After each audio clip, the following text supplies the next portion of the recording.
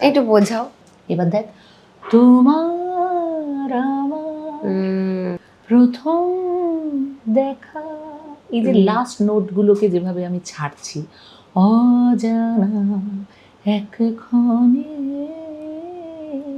সেইভাবে আধুনিক গান যদি বলিস, যে ডেলিভারিতে আজকে আমি গানটা করি, সেইটা কিন্তু একেবারেই দেবাশিসদার হাতে করে শেখানো। পরের দিন কাগজে যখন নাম বেরোলো, আমার সব বন্ধু বান্ধবদের নাম, এইটুকু একটা রিপোর্ট, তার মধ্যে কোথাও আমার নাম নেই। চিরকালই গাঁটটা গোট্টা মোটা সোটাই ছিলাম। মনে হলো যে মা শুধু একা ভালো গাইবে, আমি গাইতে পারবো না। জটিলেশ্বর মুখোপাধ্যায়ের কাছে আধুনিক শিখেছি। গুড গার্ল তুমি, একদম গুড গার্ল ছিলাম। এখন আর নেই। ভালো মা হচ্ছে যে বাচ্চার কথাই ভাবে, আমার এটা মনে হয়। আর খারাপ মা হচ্ছে যে নিজে এবং বাচ্চার কথা ভাবে। আমি তাহলে খারাপ মাই? আমার ছেলেকে সবসময় বলতাম যে আমারও কিন্তু একটা নিজস্ব সময় আছে। আমরা নিজেদেরকে ব্যান্ড বলতাম না, আমরা বলতাম বাংলা গানের দল। যে সেই সময়ের মধ্যে, সেই গানগুলোর মধ্যে অনেক বেশি প্রাণ ছিল।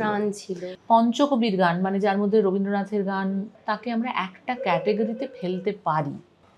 কিন্তু যেটাতে অসুবিধে হয়, লোকগানের থ্রোয়িংটাই ডিফারেন্ট, একদম ডিফারেন্ট। সেই হৃদয়ের জায়গাটাতে যদি খামতি থেকে যায়, সে গান শুধুই গাওয়া হয়। যুগ অনুযায়ী রবীন্দ্রনাথের গানের কোনো বদল হয়নি। আধুনিক থাকার জায়গাটা আজ অব্দি চেঞ্জ হয়নি। যেটা সাময়িক উত্তেজনা তৈরি করে, কিংবা যেটা কানের কাছে একটা নয়েজ তৈরি করে, সেটা দীর্ঘস্থায়ী নয়। মানে তোমার মনই উদার হলো না, তুমি সঙ্গীত শিখে কি করবে? খুব দুর্ভাগ্যজনকভাবে আমার ম্যাক্সিমাম গাওয়া সিনেমায় যে গান, সেই সিনেমাগুলো সব ফ্লপ রে। কপালে লেখা টেখা কিছু নেই, আছে যা তাকে বলে ধপ। কপালে লেখা টেখা কিছু নেই, আছে যা তাকে বলে ধপ। গল্প জুড়ে তার শুরু হলো আবার বৈঠকে বৈঠক। গল্প জুড়ে তার শুরু হলো আবার বৈঠকে বৈঠক। সুখী ভাবনা কাহারে বলে, সুখী যাতনা কাহারে বলে, তোমরা যে বলো দিবস রজনী, ভালোবাসা ভালোবাসা, সুখী ভালোবাসা কারে কয়, সে কি কেবলি যাতনাময়। আর কিছু বলার বাকি নেই। আমাদের সঙ্গে আজকে যিনি আছেন, দিদিকে আমি অনেক ছোটবেলা থেকে চিনি এবং আমার খুব পছন্দের একটা মিষ্টি দিদি। মানে আমি জানি যে ইন্ডাস্ট্রির সবাই তাই বলে যে একটা মিষ্টি দিদি জয়তী। জয়তী দি, আমরা যখন হাউমাউ খাওয়াই একসঙ্গে সবাই মিলে পিকনিক করতাম বেসিক্যালি। একদম। আর আমরা একসাথে যেতামও গাড়িতে, এবং কি যে মজা হতো সেই সময়টা। ওই টাইমটা বড় ভালো ছিল, জানিস তো। অনেক অনেক সিম্পলিসিটি ছিল আমাদের জীবনে, এবং মজা আমরা করতে জানতাম। আরেকটা জিনিস আমার মনে হয়, তখন আমি ছোট ছিলাম আর তোমরা একটু বড় ছিলে, আরো সিনিয়ররা আসতো, কিন্তু সবাই সবাইকে রেসপেক্ট করতে জানতো। এইটা আমার পার্সোনালি মনে হতো। আর আমরা কত কি শিখতাম, ঠিক, এবং সবাই সবার থেকে শিখতাম। এটা আরেকটা জিনিস ছিল, এটা আমার কাছে খুব মজার জায়গা ছিল। হাউমাউ খাওয়া আমার মনে হতো বেস্ট মেমোরিজ এর মধ্যে, যেটা থেকে আমাকে সবাই চিনতে শিখেছিল এবং আমি অনেকের সাথে আমার আলাপ হয়েছিল। জয়তী দি তখন শুধু মানে একলব্য বলে একটি ব্যান্ডের সাথে, পার্থদার সাথে আসতো, এবং একলব্যর গানগুলো খুব রিদমিক ছিল। আমরা সারাক্ষণ নাচতাম ওই গানে। কি গানটা গাইলে তখন বলো? কেউ জানে আবার কেউ জানে না, কেন বদলে যায় জামানা, কোন ভেলকিরি খেলাতে তানা না না। দারুণ না? তোমরা ওই ইয়েটা নিয়ে আসতে, কি বলো ওই ইয়েটাকে, ইনস্ট্রুমেন্টটাকে? ওই মানে পারকাশনেরই একটা, সেটা আমরা নিয়ে, আমি তো ওইটা নিয়ে নাচতাম। বেশ মজার। আমি খুব খুশি তুমি মানে সময় আমাদের দুজনের অ্যাডজাস্ট হয়েছে। আমি এক্স্যাক্টলি, মানে আমাদের বোধহয় এটা প্রায় নভেম্বর মাস থেকে একটা চলছে যে কোন সময় আসা যায়, কোন সময়। তোর এই প্রোগ্রামটা ভীষণ পপুলার হয়েছে, বহু মানুষ দেখছেন, খুব ভিউয়ারশিপও দেখছিলাম আমি, বেশ ভীষণ ভালো। যাই হোক, এবার জয়তী দিকে অন্যভাবে, অনেক জায়গা থেকে তো অন্যভাবে অনেক জায়গায় তুমি গেছো, এবার আমরা একটু অন্যরকম ভাবে তোমার সাথে ছোটবেলা থেকে, ছোটবেলার জয়তী থেকে যাই। যে বেশ বেশ গান শেখা কত বয়স থেকে? 5 বছর। 8 বছর থেকে। এটা কি মা বাবা জোর করে দিয়েছিল না তোমার কাছে? একদমই না, না, আমার মানে দেখ 5 বছর বয়সে মানুষের কি হয়, কোনো আমি গান শিখবো এটা তো কেউ 5 বছরে বলা সম্ভব না নয়। হয় না যে আমার মেয়ে দারুণ গান গায়, একটু গানে ভর্তি করে দিই, এরকম? না না, এরকম কিছু দারুণ গাইবার মতন। আর আমার বাবা মা, আমি তো বাবাকে অনেক ছোট বয়সে হারিয়েছি, আমার 17 বছর বয়স তখন। আর মায়ের ক্ষেত্রে মা তো এই লাস্ট 2025-এর সেপ্টেম্বরে চলে গেলেন, 6ই সেপ্টেম্বর। তো তার আগে অবধি বলেছেন যে কি কি ইমপ্রুভ করা দরকার, কি করা দরকার, এই উচ্চারণ ঠিক হচ্ছে না, এখানে একটু জোরে গাও, এখানটা ঠিক হচ্ছে না, এইসবই শুনতে আমি অভ্যস্ত ছোট্টবেলা থেকে। মাও সেটা- ভালো গান গাইতেন? মা খুব ভালো গান করতেন। ছোটবেলার একটা গল্প আছে আমার গান শেখার, আমাকে কেউ দেখে বিশ্বাস করবে না, আমি নাচ শিখতাম 3 বছর বয়স থেকে। কি নাচ শিখতে? ভারতনাট্যম শিখতাম। আচ্ছা। তো ভারতনাট্যম বলতে তখন তো আমি কিছুই জানি না, হাত পা নাড়াচ্ছি এরম করছে, 3.5 বছর, আর মানে কতটুকুই বা। কিন্তু তারপরে আমাদের তখন দেখি, হয়তো তোর, আমি জানি না, তুই আমার থেকে অনেকটাই ছোট, সেই জন্য তোর খেয়াল আছে কিনা, তখন না আমাদের ছোটবেলায় বিভিন্ন পাড়ায় পাড়ায় খুব জলসা হতো, আমরা হ্যাঁ। যেটাকে এখন অনুষ্ঠান বলি, হ্যাঁ। প্রোগ্রাম বলি, শো বলি, Show, ইভেন্ট event বলি। তো সেটা একেবারে জলসা ছিল। একদম। তো জলসায় বিভিন্ন এবং আরেকটা শিল্পীরা, মজা হতো, যেটা নিশ্চয়ই তুমি জানো, যে আগে পাড়ার লোকেদের, পাড়ার মেয়েদের, পাড়ার বাচ্চাদের চান্স হবে, তারপরে Exactly, কি আমি এই কথাটাতেই আসছি। এবং মানে পাড়ার অনুষ্ঠান, পাড়ার লোকেদের নিয়ে এটা করতেই হবে, হ্যাঁ। তারপরের দিন হচ্ছে box artist, Artist, box artist, হ্যাঁ। তো প্রথম দিন সেরকম একটা অনুষ্ঠান হয়েছিল, এবং সেটা খুব একটা নামি পত্রিকা থেকে, কাগজ থেকে কভার করা হয়েছিল। সেটাও পাড়ার কোনো দাদা কাকাকে বলে টলে, কেউ একজন বোধহয় খবরের কাগজে চাকরি করতেন, সেই সূত্র ধরে একটা ছোট্ট অংশ বেরিয়েছিল, কিন্তু সেটা পাড়ার লোকেদের জন্য একটা বিরাট ঘটনা। তো ওই অনুষ্ঠানটা, আমাদের যেহেতু জয়েন্ট ফ্যামিলি ছিল, আমাদের একটা সদর ঘর ছিল, সেই সদর ঘরে সব টেবিল ফেবিল সমস্ত কিছু সরিয়ে টরিয়ে সেইখানে রিহার্সাল হতো, বেশ বড় জায়গা, নাচ গান, মানে ঘন্টা 3 ধরে প্রত্যেক সন্ধেবেলা রিহার্সাল চলছে। আর আমি যথারীতি নাচে, তখন সদ্য সদ্য জীবের জড়তা কাটানোর জন্য আমাকে কবিতা আবৃত্তি শেখানো হচ্ছে। আমার ছোট কাকার এক বন্ধু পিঙ্কু কাকু, তার কাছে আমি সেটা শিখতে যেতাম। তো এইসব পিঙ্কু কাকুর দাদার কাছে আমি শিখতে যেতাম। তো পাড়ার মেয়ে, বাড়িতে, আমাদের বাড়িতেই হচ্ছে, একটু দয়া দাক্ষিণ্য করে আমাকে কবিতাও বলতে দেওয়া হচ্ছে, মানে সেটা কিন্তু আচ্ছা। বেসিক্যালি গ্যাপ পূরণ, কারণ তখন ড্রেস চেঞ্জ হবে, তো ওই সময় তো কিছু একটা করতে হবে, স্টেজটা ফাঁকা যাবে, তখন এত অ্যাঙ্কারের ব্যাপারটা ছিল না, না। পাড়ার লোকেরাই অ্যানাউন্স করছে, এবার এটা হচ্ছে, এবার ওটা হচ্ছে, আর তো কিছু বলার নেই। একদম। তো আমি নাচের স্টেপে ভুল, ঢুকতে গিয়ে কোরাস ডান্স যেটা আর কি, সেখানে যথারীতি ভুল, কবিতা বলতে গিয়ে হাঁ করে তাকিয়ে আছি, ভুলে গেছি, মানে সব ভুলে ভরা, বুঝতে পারলি? আমার তখন 5 বছর সবে পড়েছি আমি, 5-এ। তো এটা হবার পরে, আর আমার মা টোটাল অনুষ্ঠানটা গানের মানে লিড করেছিল মা, এবং মা অসামান্য গিয়েছিলেন। পরের দিন কাগজে যখন নাম বেরোলো, আমার সব বন্ধু বান্ধবদের নাম টাইটেল ছাড়া সব কমা দিয়ে দিয়ে লেখা, আমার কোথাও নাম নেই। আমি তখন বাংলা মানে বানান করে করে বাংলা পড়ি, 14 কোটি বার এরকম করে পড়ছি। আর চিত্রা চক্রবর্তী আমার মায়ের নাম, চিত্রা নামটা বোল্ডে লেখা ছিল, এইটুকু একটা রিপোর্ট, তার মধ্যে কোথাও আমার নাম নেই। তো আমার খুব ধারণা হলো, খুব দুঃখ পেয়েছিলাম, এবং ধারণা হয়েছিল যে নাচলে এবং কবিতা বললে কাগজে নাম ওঠে না। এইটা ভালো। সেই জন্য আমাকে অতি অবশ্যই গান করতে হবে। দেখেছো, আমি ঠিক ধরেছি, তোমার নিজের ইচ্ছেতেই আলটিমেটলি কি নিজের ইচ্ছে না না, সেরকম কিছু না, কিন্তু আমাদের বাড়িতে একটা, আমার দাদুর সময়কার হারমোনিয়াম ছিল, সেটাতে কীর্তন টীর্তন হতো, আমাদের বাড়িতে গান বাজনা নিয়ে চর্চা ছিল। কীর্তনের হারমোনিয়ামটা পুরো ভীষণ ওই রকমই, কেউ মিষ্টি আওয়াজ, কিন্তু হ্যাঁ। পিচ খুব হাই, যা হয় সবার বাড়িতে ছোটবেলায় দেখবি এরকম একটা করে হারমোনিয়াম থাকতো অন্তত, থাকতো। তো সেই হারমোনিয়ামটা, আমার মা যেহেতু খুব ভালো গান, ওটাতেই আমার পিসিরা শিখেছেন, তারপরে আমার জারতুতো দিদি শিখেছেন, এরকম আর কি, হাত বদল হয়ে টয়ে ফাইনালি মা যেহেতু ভীষণ ভালো গান করতো, আমাদের খাটের তলায় একটা বাক্সে ঢুকিয়ে রাখা থাকতো, সেইটা আমি হামাগুড়ি মানে ওই আর কি, খাটের তলায় ঢুকে টেনে বের করে তাকে সে তুলতে পারি না, চিরকালই গাঁটটা গোট্টা মোটা সোটাই ছিলাম।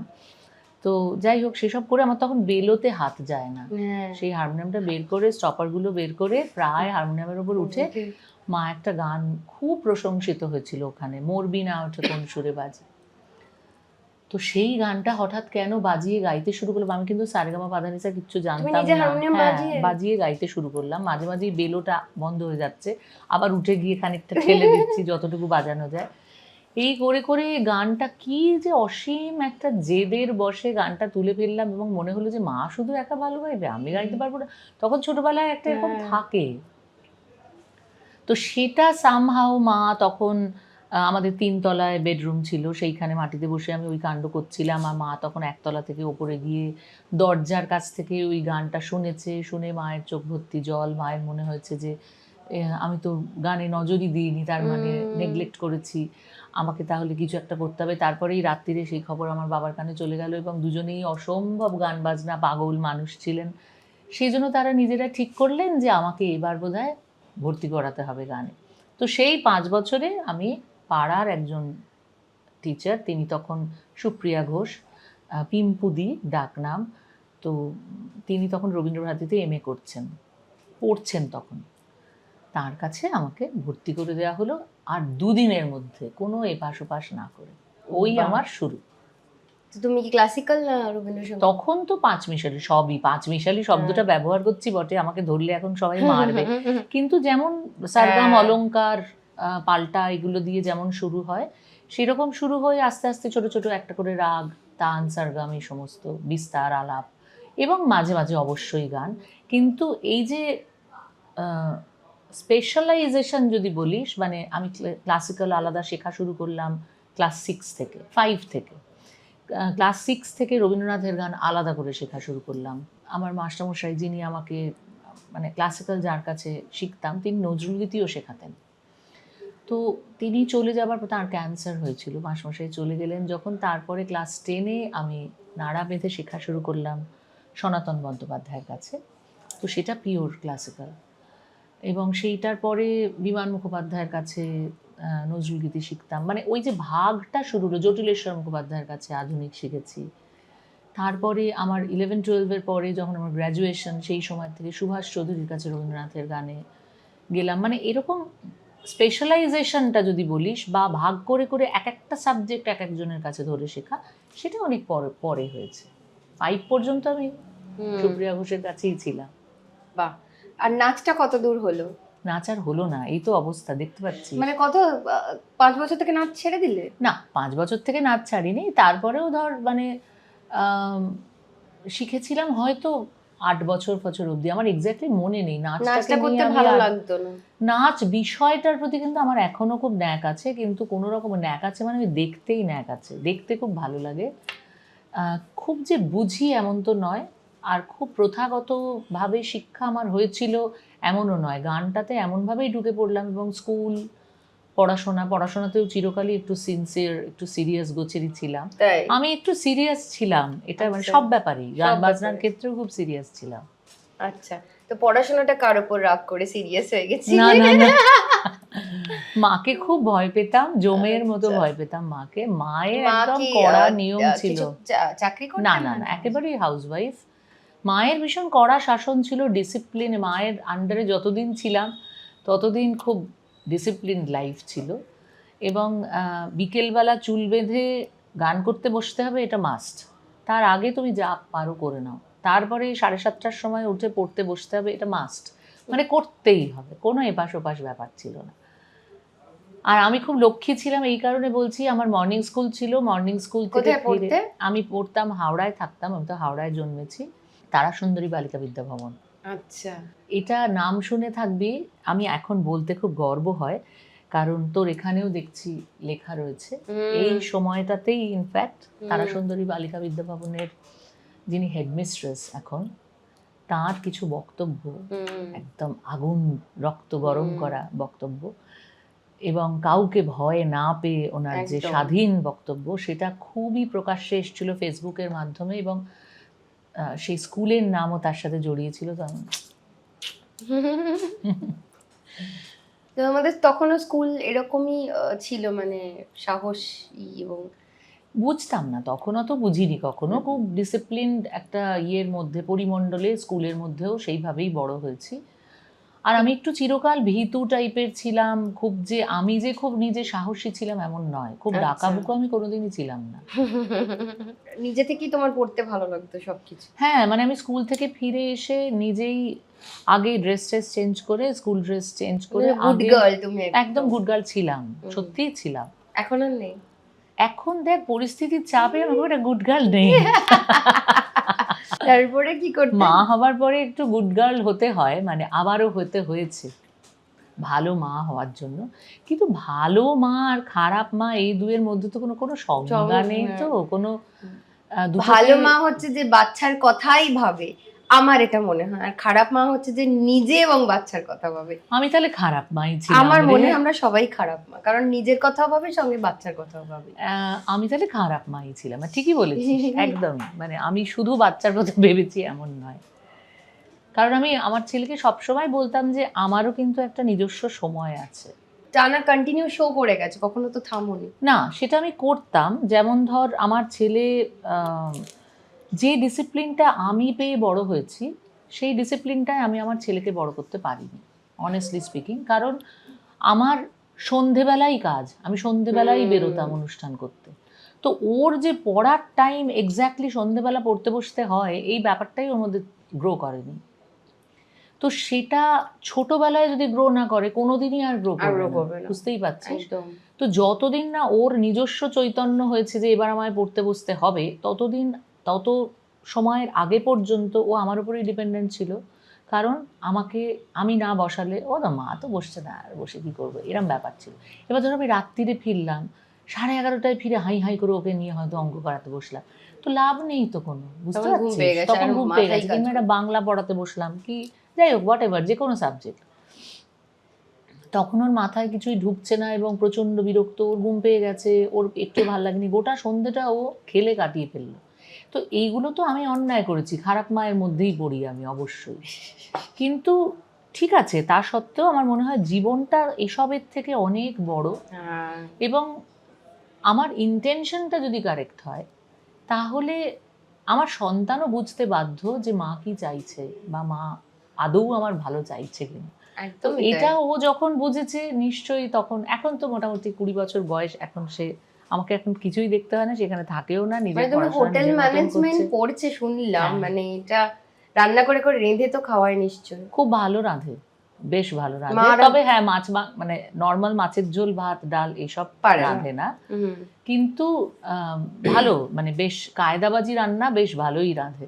হ্যাঁ, নাহলে ইন্টারেস্ট কি করে পাবে হোটেল ম্যানেজমেন্ট, আমার তো মনে হয় বেশ কঠিন কাজ। কিন্তু শুধু তো ধর রান্না নয়, মানে শুধু তো কালিনারি নয়, আরো অন্যান্য অনেকগুলো দিক আছে, তো সেগুলো সামলাচ্ছে, তো করছে নিজের কাজ। তো আমি বলে দিয়েছি ফিরবি না খবরদার, এ মুখও নয় আর।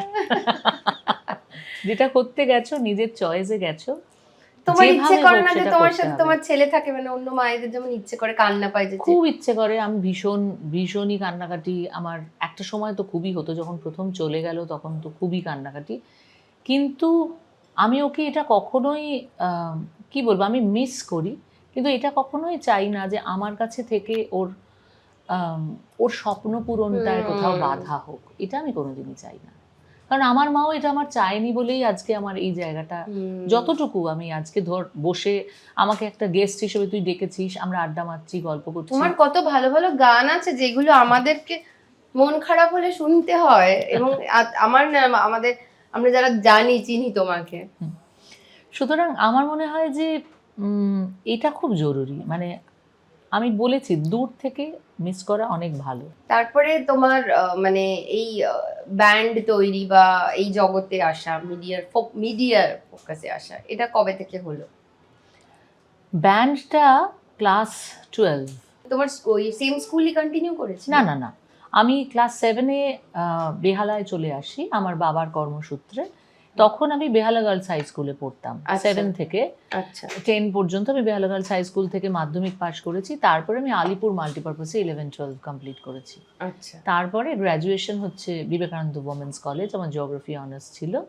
তারপরে ইউনিভার্সিটিতে 1 বছর পড়তে পড়তে তারপর কিন্তু আমি ছেড়ে দিয়েছি। আমি ওই গানের চক্করে 2002 সাল তখন।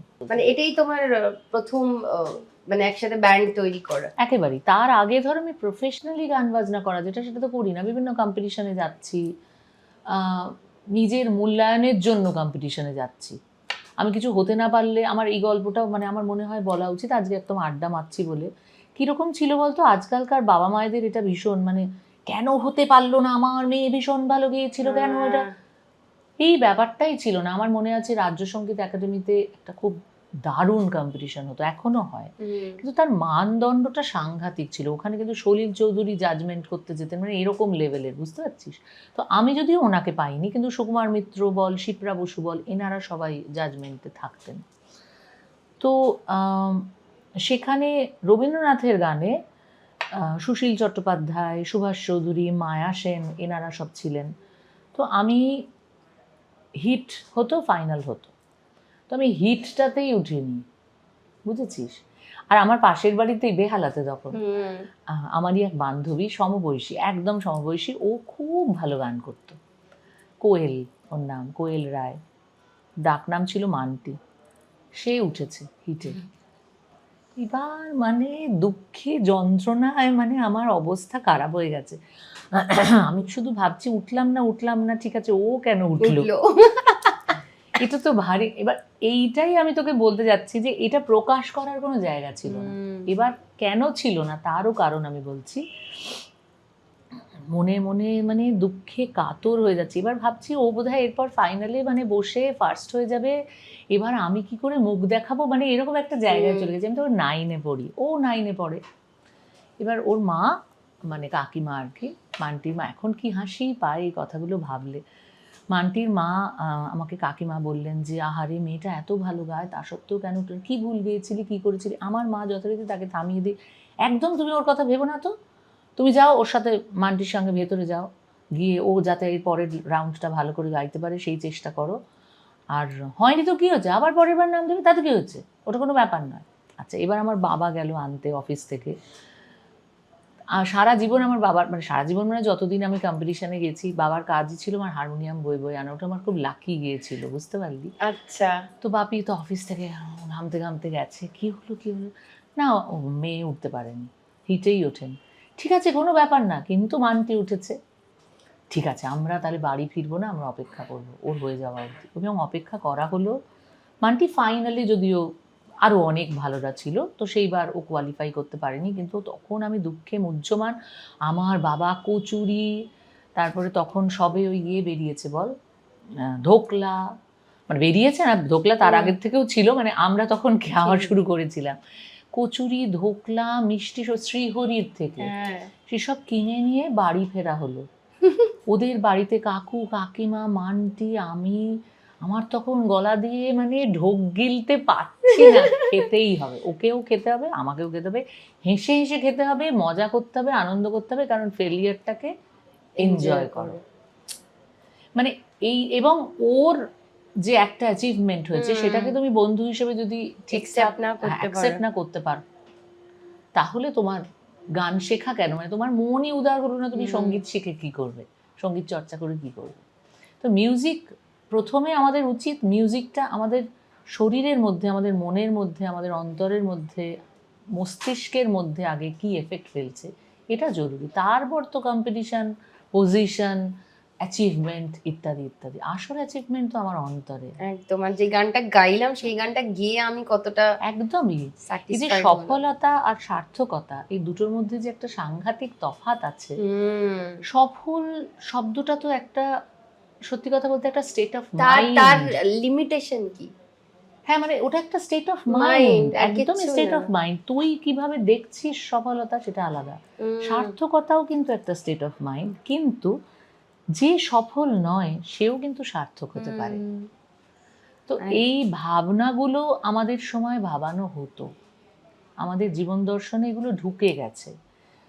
তো কখনোই মনে হয়নি যে কম্পিটিটিভ মনোপ্রবৃত্তি নিশ্চয়ই থাকা উচিত, সেটা খুব হেলদি, কিন্তু সেটা যেন কখনোই আরেকজনকে হার্ট না করে, এভাবেই বড় হয়েছে। তো এই প্রসঙ্গে একলব্য প্রসঙ্গে এত দূর চলে আসলাম, যাই হোক, বক বক করেই চলেছে। আমাকে একবার শুরু করলে কিন্তু চাপ আছে। ভালো তো, আমরা তো চাই যে এইরকম কথা।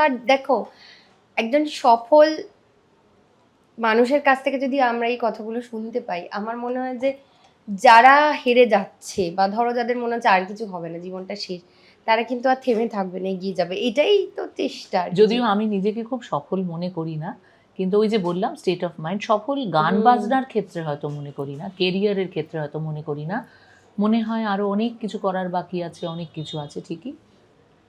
মানুষ হিসেবে কোথাও একটা সার্থকতার আস্বাদন মাঝে মাঝে পাই, সেটা খুব ফিক্সড নয় অবভিয়াসলি, তবে মাঝে মাঝে পাই। তো যে কথা বলছিলাম তোকে, ওই একলব্যর প্রসঙ্গ থেকে এত কিছু। একলব্যের সঙ্গে আমার পরিচয়, আমার যখন ক্লাস 12 এই রাজ্য সঙ্গীত একাডেমিতে, তখন আমি কয়েকটা সাবজেক্টে ফার্স্ট হয়েছি বলে সেই তখন না সুযোগ দেওয়া হতো বিভিন্ন মঞ্চে, মধুসূদন মঞ্চ, রবীন্দ্র সদন, এরকম বিভিন্ন অনুষ্ঠানে, বড় বড় অনুষ্ঠানের আগে আমাদেরকে দিয়ে উদ্বোধনী সঙ্গীত, বা আমাদেরকে নিয়ে রাজ্য সঙ্গীতে যারা ফার্স্ট হয়েছে সেরকম বিভিন্ন সাবজেক্টে যারা ফার্স্ট হয়েছে তাদের একটা একটা কি দুটো দুটো করে গান। তো সেরকম মধুসূদন মঞ্চে আমার 3খানা গান ছিল। তো সেই 3টে গান গাইবার জন্য আমি গেছিলাম। সেটা সকালবেলা অনুষ্ঠান, ভর দুপুরে। তো সেইখানে দেখলাম একলব্যর যারা তখন কর্ণধার ছিলেন সকল, তারাও সব ইয়াং ছেলের দল। টুনাই দেবাশিস গাঙ্গুলি, মানে দেবাশিস দা, তাপস দা সেদিন অবশ্য প্রেজেন্ট ছিল না, অভিজিৎ চক্রবর্তী, একজন লেখে, একজন সুর করে, একজন অ্যারেঞ্জমেন্ট করে। তো দেবাশিস দা আর অভিজিৎ দা মেন গেটটাতে দাঁড়িয়ে আছে। যে কোনো শিল্পীকে ওরা বিভিন্ন জায়গায় শুনতে যাচ্ছে, ইয়াং ছেলেপুলেরা কীরকম গাইছে, ওরাও এরকম তককে তককে আছে যে কে ভালো গায় তাকে বেশ একটু পাকড়াও করবে, এবং নতুন গান যদি গাওয়ানো যায়। তো আমাকে পাকড়াও করলো। করার পরে আমি তো খুব বললাম যে হ্যাঁ নিশ্চয়ই, আমি তো খুবই ইন্টারেস্টেড, নিশ্চয়ই গাইবো। তো দেবাশিস দা লিটারালি ওই শুরু হলো যাত্রা। দেবাশিস দ্বারা একদিন আমাদের বাড়িতে এলো, নতুন প্রচুর গান শোনালো, আমার তো সবই দারুণ লাগছে, ওরা অসামান্য। যাই হোক, তো দেবাশিস দা হাতে করে আমাকে সেইভাবে আধুনিক গান যদি বলিস, যে ডেলিভারিতে আজকে আমি গানটা করি, সেইটা কিন্তু একেবারেই দেবাশিস দার হাতে করে শেখানো, মানে একদম পাখি পড়ানোর মতো করে শেখানো, যে নতুন গানকে কিভাবে বলতে হয়, কিভাবে গাইতে হয়, একটা সুর তালে গেয়ে ফেলাটাই কিন্তু আসলে গান যে নয়, শব্দগুলোকে সময়োপযোগী ভাবে কি করে আমি রেন্ডার করব, তো সেটাই কিন্তু আসলে আধুনিকতা। একটু বোঝাও ব্যাপারটা একটু, যে এটার মানে ধরো আমরা যারা জানি না গান। প্রথম একটা গান ছিল, তোমার আমার প্রথম দেখা অজানা এক ক্ষণে, জানি না কখন সে তুমি রয়ে যাবে মনে, এরকম একটা গান ছিল। তো আমি ওটা যখন গাইছিলাম, প্রথমে যখন আমায় শিখিয়েছে, তোমার আমার প্রথম দেখা অজানা এক ক্ষণে, জানি না কখন সে তুমি, আমি একটা ফুল থ্রোট দিয়ে গোটা গানটা গাইছি, ভুল নয়। এবার দেখ, তোমার আমার, এই যে একটা স্মাইলিং ফেস, আমি এগুলো কিছু জানতাম না। প্রথম দেখা, এই যে লাস্ট নোটগুলোকে যেভাবে আমি ছাড়ছি, অজানা এক ক্ষণে, এইগুলো আমি কিছু পারতাম না, আমার আসতো না। জানি না কখন, এই যে সত্যিই তো আমি জানি না, সে তুমি রয়ে যাবে মনে, আমি গাইছি রয়ে যাবে মনে, ভুল না, রয়ে যাবে মানে রয়ে রয়ে যাচ্ছে জিনিসটা। হ্যাঁ, মানে এই যে শব্দের মানেটাকে সুরের মাধ্যমে রেন্ডার করা, তুলে ধরা, গান বলা, গান গাওয়া নয়। তো এই গান বলতে পারাটা আমি কতটা পারি জানি না, আমি আরও অনেকের থেকে শিখেছি। আমি পণ্ডিত অজয় চক্রবর্তীর কাছ থেকেও সেটা শিখেছি, শ্রীকান্ত আচার্যর কাছ থেকে শিখেছি, শ্রাবণী সেনের কাছ থেকে শিখেছি, লোপাদির কাছ থেকে শিখেছি, শুভমিতাদির কাছ থেকে শিখছি। মানে আমার বক্তব্য হচ্ছে আমরা যাদেরই গান আমাদের ভালো লাগে সেইটা আমরা হয়তো এখন শিখছি, কিন্তু আমার বক্তব্য হচ্ছে যে সেই দেখাটার দৃষ্টিটা, আমি বলছি দেখতে পাওয়াটা, দেখতে চাওয়াটাই আমার মধ্যে ছিল না। আমি মানে একটা গান শোনার জন্য কিন্তু তোকে শিক্ষিত হতে হবে। হ্যাঁ, তো সেই শোনার জন্য যে শিক্ষাটা সেটা আমার ছিল না, বুঝতে পারছিস? আমি একটা গান শুনে সুর আর তাল এইটুকুই বুঝতাম, কিন্তু গানের কথা, ডেলিভারি কত ইম্পর্টেন্ট সেটা আমি বুঝতাম না। তো এটা দিয়ে আমাদের জার্নিটা শুরু হয়েছিল। এটা আমাকে ও 5 দিন ধরে শিখিয়েছিল এই গানটা। কোথায় ট্রেমেলো হবে, কোথায় হবে, কোথায় কিভাবে শব্দগুলো বলবো, এইভাবে 8টা গান শিখেছিলাম আমি। তোমার সব থেকে পছন্দের গান কি ছিল? অনেকগুলো গান ছিল, তবে একলব্যর গান আমরা যখন প্রথম রেকর্ড করলাম, মানে 98 সালে আমার উচ্চ মাধ্যমিক, সেখান থেকে যখন প্রথম রেকর্ডিং হলো 2002 সাল, এই যে সময়টা, এই সময়টাতে আমরা শুধু নিরঞ্জন সদনে একটা অনুষ্ঠান করেছিলাম। সেই অনুষ্ঠানটাতে নতুন গান, গোটা সন্ধে জুড়ে নতুন গান হয়েছিল, এবং অনেক শিল্পীরা, সাহেবদা ছিল, গিয়েছিল, পার্থদা ছিলেন, শুভঙ্কর ভাস্কর ছিল, আরও অনেকে, দেবাশিস দানা নিজেরাও ছিল, রেশমিদি ছিল, অনেকে গিয়েছিল, আমিও গিয়েছিলাম, আমিও ম্যাক্সিমাম নাম্বার অফ সংস গেয়েছিলাম, সবই।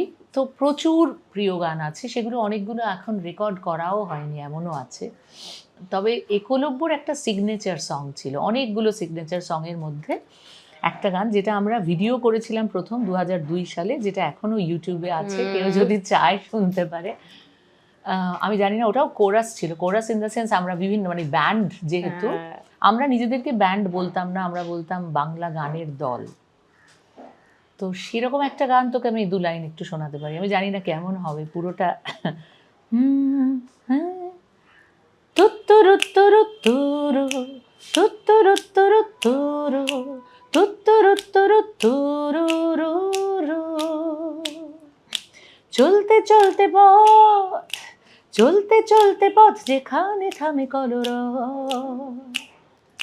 বলতে বলতে কথা চোখে লেগে থাকে অনুভব, বুকের কোণে দোলা লাগে পথ হারানোর অনুরাগে, আমাদের গান সেখানে কোথাও ভাঙে কুল, পাথরে জমিতেও ফোটায় সূর্যমুখী ফুল, চলতে চলতে পথ।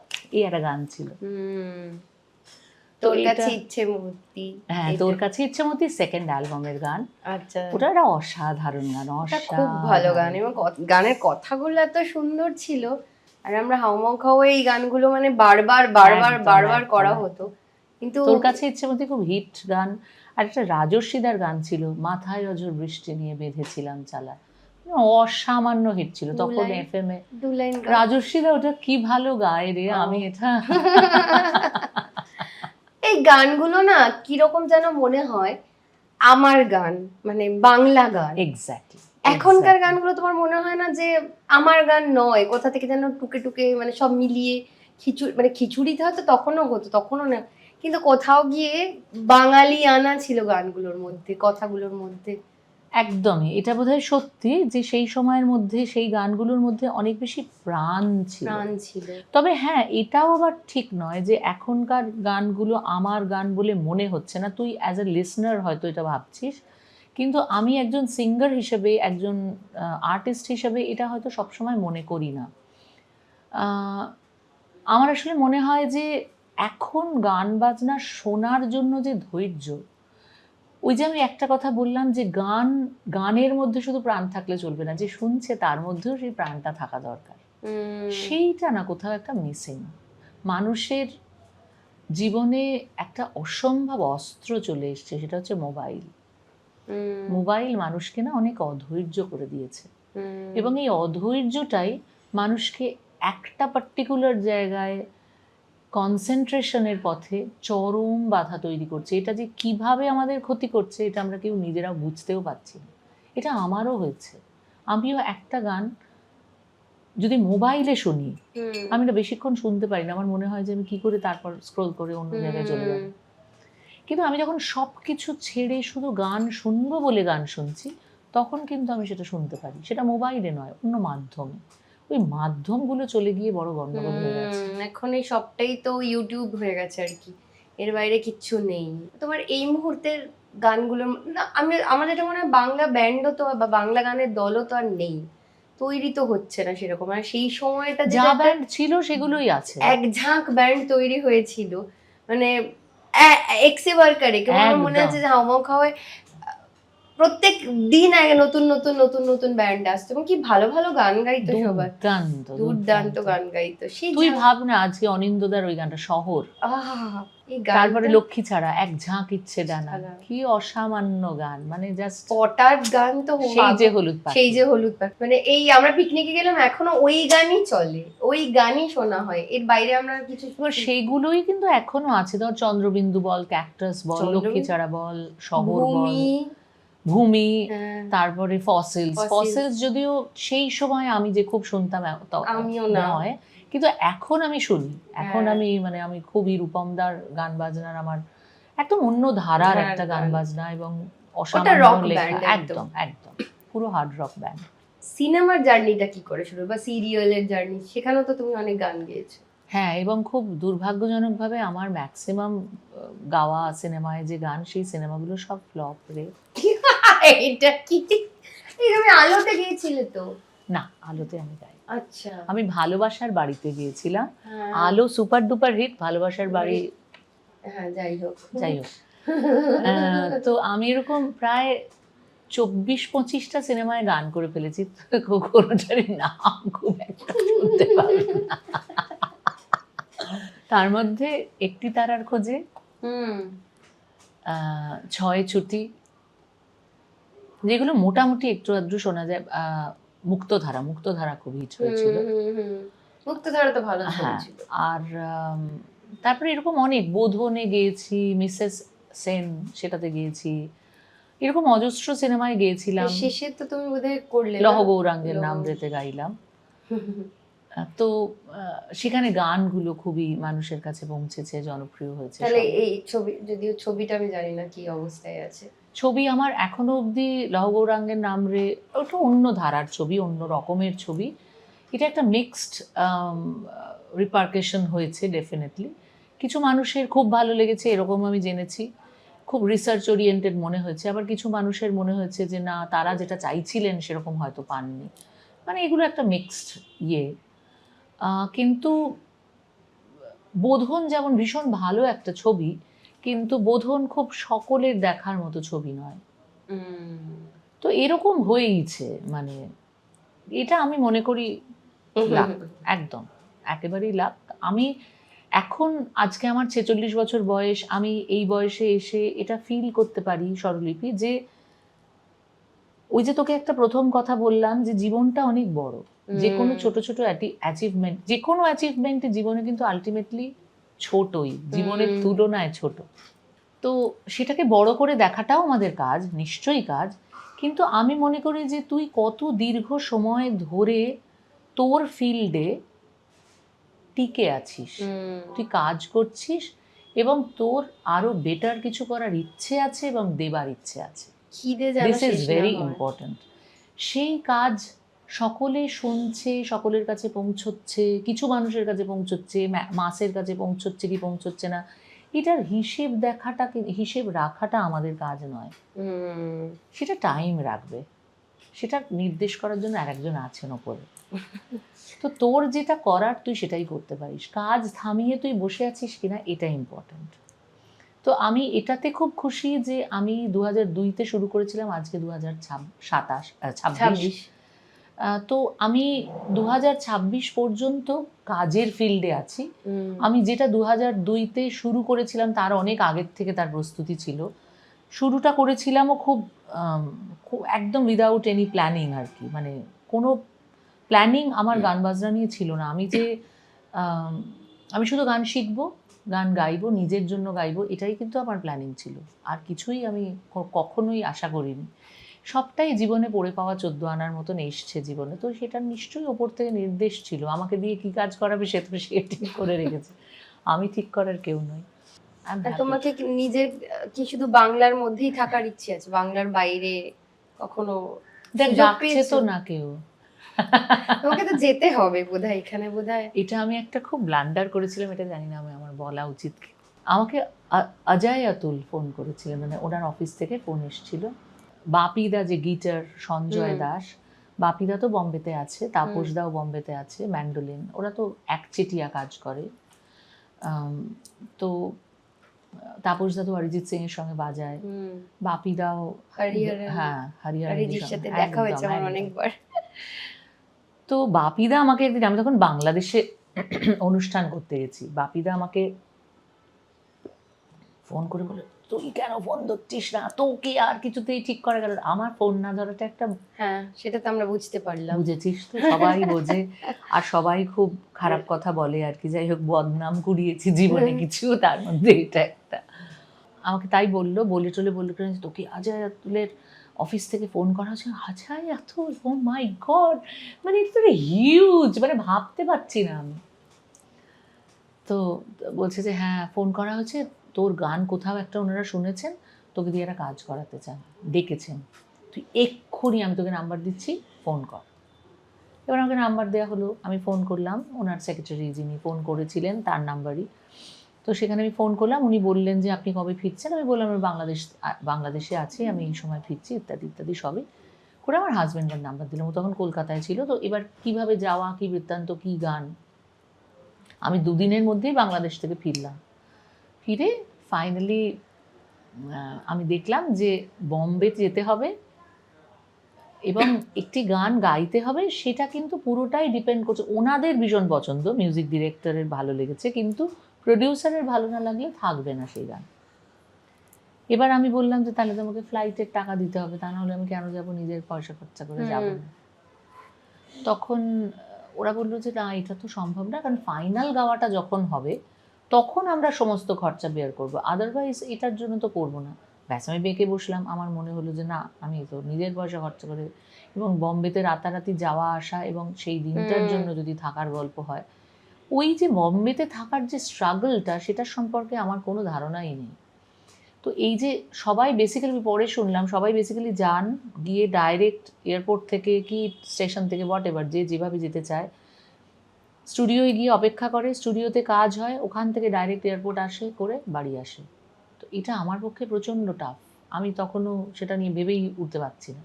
এবং প্রায় 35-40 হাজার টাকা একদিনের মধ্যে খরচা করে ওইভাবে কাজ করে চলে আসাটা, এটাতে আমি একেবারে ইউজ টু নই। আমরা কেউই ইউজ টু নই, তার জন্য একটা আলাদা মাইন্ডসেট লাগে। একদমই তাই। এবং আমি বললাম যে আমি যে 40,000 টাকা খরচা করে যাবো আসবো, তখন রাতারাতি বম্বের টিকিট, মানে বুঝতে পারছিস তো, মানে হয়তো কামিং উইকে যেতে হবে, কি 4 দিন পরে যেতে হবে, এরকম। আমি গেলাম না। না না, আমার মনে হয় তুমি ঠিক করেছো, এটা আমার পার্সোনালি। কারণ তো এটা কিন্তু আমাকে পরে বাপিদা ভীষণ বকেছিল, এবং আরও অনেকেই বলেছে যে না, এটা আমি ঠিক কাজ করিনি। কিন্তু আমার সেই মুহূর্তে ওটাই ঠিক মনে হয়েছিল। আমার মনে হয়েছিল যে আমি এরকম ভাবিনি যে আমার একটা পজিশন আছে, আমি এখান থেকে কেন যাবো, এরকম এইসব আমি ভাবিনি। তো আমার মনে হচ্ছিল আমি অকারণে, মানে এটা তো হতেই পারে যে আমার গানটা সিলেক্টেড হলো না, যেটা সম্ভাবনা প্রচুর প্রবল। হঠাৎ আমি একটা, মানে ফাটকা একটা খেলবো, এরকমটা, এই মানসিকতাটা আমার কোনোদিনই নেই। আমি বেসিক্যালি আমি খুব সিরিয়াস বলছি। আমি একটা কাজ করতে যাব, একটা ঠান্ডা মাথায় যাব, সুন্দরভাবে যাব, কাজ করব, কাজ করায় আমার কোনো অসুবিধা নেই, কিন্তু এইভাবে কাজ করায় আমার অসুবিধা আছে। না না, অবশ্যই। আর যেখানে একটা সবকিছুই ডিপেন্ড করছে, সময়ের সাথে সাথে টাকা পয়সা সব মিলিয়ে একটা, হ্যাঁ সেই, মানে আমি আমার এরকম মাইন্ডসেটও নয় যে আমি 40,000 টাকা জাস্ট চলো ভাই গেছে, এই মানসিকতাও আমার নয়, আমি এভাবে বড় হইনি। তারপর তুমি মানে তোমার বৈবাহিক জীবন, তোমার বা এই যে তুমি মা হলে, তোমার কেরিয়ারের সঙ্গে কখনো ক্ল্যাশ করেনি? টাচউড, লাকিলি এই জায়গায় আমি খুব লাকি, জানিস তো, মানে আমার এই জায়গাটায় কখনোই কোনোভাবে কোনো দিন কিছু ক্ল্যাশ আসেনি। অ্যারেঞ্জ ম্যারেজ না লাভ না, একেবারেই লাভ ম্যারেজ। আচ্ছা, 7 বছরের আমাদের পরিচিতি এবং তারপরে ফাইনালি বিয়ে। সে তো অন্য জগতের একদমই লোক। অন্য জগতের মানুষ, কিন্তু গান বাজনা ভীষণ ভালোবাসে এবং আমার ভালো গান গায়ো, সেটা শুনেছি। ভালো গান গাইতো, এখন তো মানে গাইতো মানে দেখ ওই আর কি, মানে সবাই বাথরুম সিঙ্গারের থেকে ভালো এইটুকু আচ্ছা। বলতে পারি। এবং ও প্যাশনেটলি গান গাইতো, মানে ওর প্যাশন ছিল গান বাজনাটার প্রতি, ওর একটা আলাদা প্যাশন ছিল, আজও আছে। অনেক গান জানে, অনেক গান শোনে, এই ব্যাপারগুলো আছে এবং ভালো ভালো রুচিটাও খুব ভালো। আমি ওর থেকে প্রচুর গান শুনে শিখেছি, এরকমও হয়েছে। সেটা একটা আসল ব্যাপারটা যেটা ছিল যে কোনোদিনই মানে রাদার আমাকে একটু ঠেলতে হয়, আমি নিজে কোনোদিনও নড়ে চড়ে গিয়ে আমি এটা করবো, আমাকে করতেই হবে, এই ব্যাপারটা আমার মধ্যে ওটা নেই। তো আমাকে ঠেলার কাজটা ওই করেছে। আমি যে আমাকে যে আজকে বিভিন্ন জায়গায় দেখতে পাওয়া যাচ্ছে, এটার মূল কাণ্ডারই সেই মানুষটি। ওই জন্য তার ফোন নাম্বারই দেওয়া থাকে সব, তার ফোন নাম্বারই দেওয়া থাকে। আমি মানে জাস্ট হ্যান্ডেল করতে পারো না। আমার জয়ত্রী দিদির সাথে তো আলাপ, তারপরে যেটা হয়েছে যে অসমবয়সী একটি বন্ধু হয়েছিল, মানে আছে আমাদের, এটা হচ্ছে জয়ত্রীদির শাশুড়ি। এবং বিমলাদি আমাদের খুব ভালো বন্ধু, এবং বিমলাদি 70 হয়ে গেছে না, 73 দেখে মনে হয় না, এবং একেবারেই মনে হয় না। এবং পুরো উল্টো না আমার, হ্যাঁ মানে যদি বলিস আমাদের অভ্যেস, আমাদের চিন্তা ভাবনা চিন্তা, আমাদের পছন্দ অপছন্দ, এই প্রত্যেকটা জিনিসের মধ্যে নর্থ পোল সাউথ পোলের তফাৎ। আচ্ছা, কিন্তু কোথাও একটা ওই যে ভালোবাসা বল বা রেসপেক্ট, হ্যাঁ রেসপেক্ট তো বটেই, এবং সেটার একটা বন্ধন তো থাকে দীর্ঘদিন। আমার আজকে 23 বছর বিয়ে হয়ে বিবাহিত জীবন, বাপরে।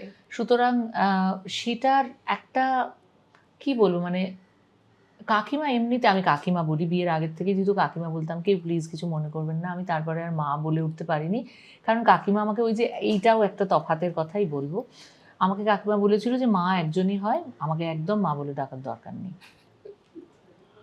তো এটা আমার ভীষণ ভালো লেগেছিল, কারণ আমি খুব স্বতঃস্ফূর্তভাবে কাকিমা ডাকি, আর আমার মা আমাকে বলেছিল কাকির পরেও তো একজন মা আছে, সুতরাং সেই মাটা ডাকছো যখন, ঠিক আছে, উনি যখন বলছেন তাহলে তাই, কোনো জোর করে বলতেই হবে এরকম কোনো ব্যাপার ছিল না। তো এই সমস্ত নানান ভাবনা চিন্তার জন্য, আর কাকিমার একটা বিরাট গুণ, এটা আমার এই একটা দুটো জিনিস তো কোথাও একটা মেলে, তা না হলে এতটা বছর আমরা যদিও একসঙ্গে থাকি না, কিন্তু মনে মনে তো একসঙ্গেই থাকি, বেসিক্যালি তাই। কাকিমা যেমন একটা কথা, মানে একটা জিনিস কাকিমার বিরাট বড় গুণ, সেটা হচ্ছে কোনো জিনিস কখনো ধরে রাখে না। মানে কোনো জিনিস, একটা কথা কাটাকাটি হলো কি মতের অমিল হলো, আমি দুটো কথা বললাম, কাকিমা আমাকে দুটো কথা বললো, এই যে বিষয়টা হলো, এরকমও তো অনেক সময় হয়েছে যে আমিই বলেছি, কাকিমা বলেনি, কিছুই বলেনি, আমার অপছন্দটা আমি জানি যে কাকিমা কিচ্ছু বলেনি, সেরম ক্ষেত্রেও কিন্তু কাকিমা কখনো কোনো জিনিস ধরে রাখে না। আর আমার নেচারটাও এক্স্যাক্টলি তাই, আমি কিছুতেই ধরে রাখতে পারি না। আমার মনে হয় ঝগড়া করে মাথা ফাটাফাটি করে এক্ষুনি মিটিয়ে ফেলতে হবে, তা না হলে কিন্তু কাকিমার ছেলে এরকম নয়, তাই কাকিমার ছেলে কিন্তু ধরে রাখা বাবলি।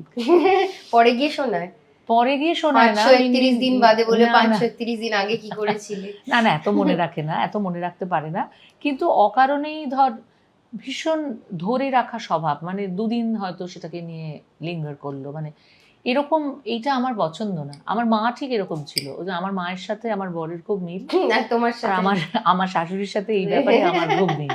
ওই জন্য আমাদের কোনোদিনই কোনো ঝগড়া, কোনো ঝামেলা, কোনো মনোমালিন্য, কোনো অভিমান, 23 বছরে তো এটা হবেই, স্বাভাবিক, একসঙ্গে থাকতে গেলে তো হবেই, কিছুই হয়নি এটা তো হতে পারে না।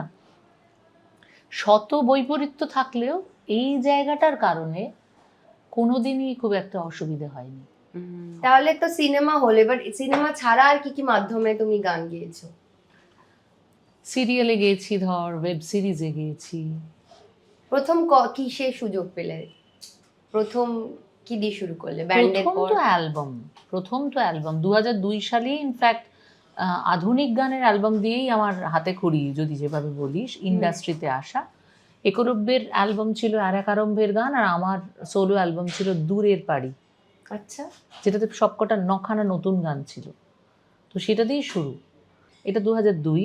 2004-এ রবীন্দ্রনাথের গান একটা সোলো অ্যালবাম বেরোলো কসমিক হারমোনির থেকে, তোমারও অসীমে। আর আর একটা স্বাগত দে, তার সঙ্গে একটা ডুয়েট বেরোলো সাগরিকা থেকে। এটা মনে আছে। তারপরে সিরিয়াল না সিনেমা? তারপরে আগে সিরিয়াল।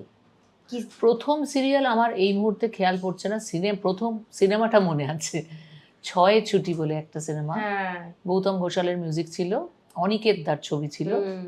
তারপরের ছবিটাতেও গিয়েছিলাম অনিকেত দার, বাই বাই ব্যাংকক। হ্যাঁ, এই দুটোতেই গান ছিল। সেগুলো কি আধুনিক গান ছিল নাকি? না, ছয় ছুটিতে আমার একটা রবীন্দ্রনাথের গান ছিল, বসন্তের গান, নিবিড় রহমাতে মিরু হতে। তারপরে ম্যাক্সিমামই গিয়েছি রবীন্দ্রনাথের গানই। এখনো আমাকে বিভিন্ন জায়গায়, ধর সিনেমার যে কোনো জায়গার থেকে ডাকা হয়, সেগুলো সবটাই ম্যাক্সিমামই রবীন্দ্রনাথের গান। আর সিরিজ মোটামুটি তোমার? এই রবীন্দ্রনাথের গান বলতেই মনে পড়লো, রবীন্দ্রনাথ এখানে কখনো খেতে আসেননি, রেক্কা। এই সিরিজটা সৃজিত মুখার্জির সিরিজ, এটাতে আমি 12খানা গান গেয়েছিলাম। হ্যাঁ, একটা শুনি। রবীন্দ্রনাথ সত্যি এখানে কখনো খেতে আসেননি।